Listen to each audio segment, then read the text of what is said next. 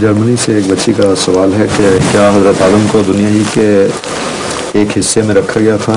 کیا وہ آسمانی جنت میں نہیں رہے تھے؟ آسمانی جنت سے ان کی کیا مراد ہے؟ کہاں واقع ہے آسمانی جنت؟ میرے نزدیک تو زمین پہ واقع ہے جب تک ہم یہاں رہتے ہیں. تو وہ آسمانی، یہ کہنا کہ آسمانی جنت میں نہیں رہتے بالکل غلط بات ہے. لیکن اسی لیے میں نے پوچھا کہ یہ ان سے پوچھنا چاہیے کہ آپ کے نزدیک آسمانی جنت ہے کس مقام پر؟ کیا وہ یہ جو ہمارے نظام شمسی ہے اس میں سے کسی جگہ ہے؟ اگر یہاں ہے تو پھر جہنم ہے، کیونکہ ایسے حالات خطرناک ہیں. گرمی ایسی ہے، اگر گرمی ہے کہ وہ لوہا، مٹی، تانبا ہر ایک کو پگھلا دے، کچھ بھی باقی نہ رہے. وہاں کسی غریب کو بیچارے کو رکھنا جنت کا نام دے کر تو بڑے ظلم کی بات ہے. یا پھر سردی ہے تو اتنی سردی ہے بعض علاقوں میں، بعض وقتوں میں، کہ کوئی زندگی وہاں پال ہی نہیں سکتی. تو اس کو جنت کہہ کے ان کے نزدیک خدا نے وہاں سے نکالا تھا. ان کے تو مزے ہو گئے گناہ کر کے، اس مصیبت سے نجات بھی دی.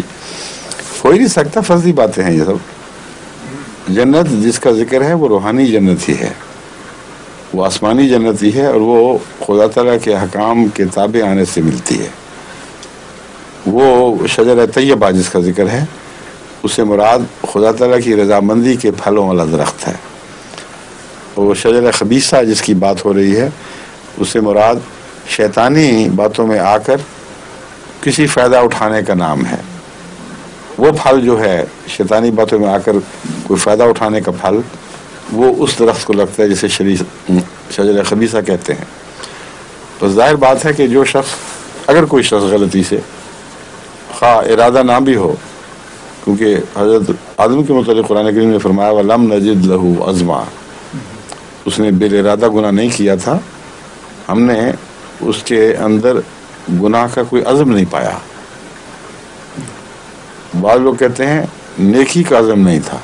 میں اس کو تسلیم نہیں کرتا، کیونکہ انبیاء تو سارے اولو العزم ہوتے ہیں، ان میں اتفاقی غلطی ایک کی ہو تو خدا یہ فتویٰ دے دے کہ اس کے اندر نیکی کا عزم ہی کوئی نہیں، یہ درست بات نہیں لگتی.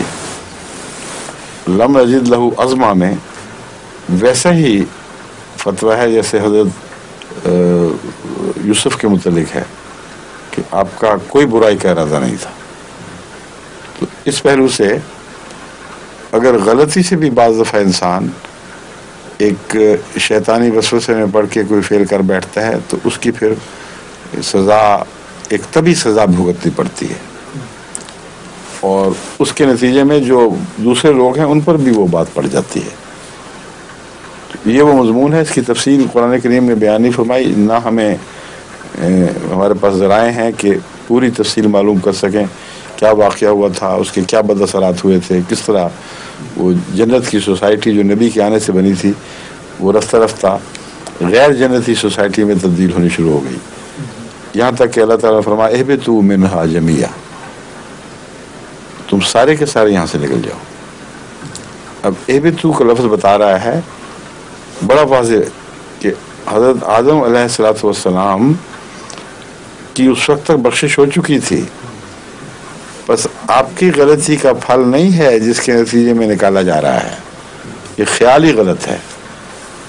قوم کے لوگ جو دو نہیں تھے، زیادہ تھے، ان سے بھی یہ غلطیاں سرزد ہوئی ہیں، اور ان کے ہاں عزم بھی ہوگا، ارادے بھی ہوں گے غلطی کے. تو اس پر اللہ تعالیٰ نے آخر فرمایا کہ اہبطوا منہا جمیعا. اگر آدم اور حوا ہی کی بات ہوتی اور انہی کی غلطی کی طرف اشارہ ہوتا تو کوئی عرب اس کو اس طرح بیان کر ہی نہیں سکتا. اہبطا چاہیے تھا، تم دونوں اے آدم اور حوا تم نے غلطی کی، نکل جاؤ یہاں سے. وہ بھی عجیب لگتا کہ یہ خدا کہتا، ایک طرف کہتا میں نے معاف کر دیا، بات ختم ہو گئی، اچھا معاف کیا، اچھی بات ختم کی، کہ دوسرے سانس میں یہ کہہ دیا کہ نکلو یہاں سے. تو لوگ یہ غور نہیں کرتے کہ تثنیہ کا صیغہ نہیں ہے، جمع کا ہے.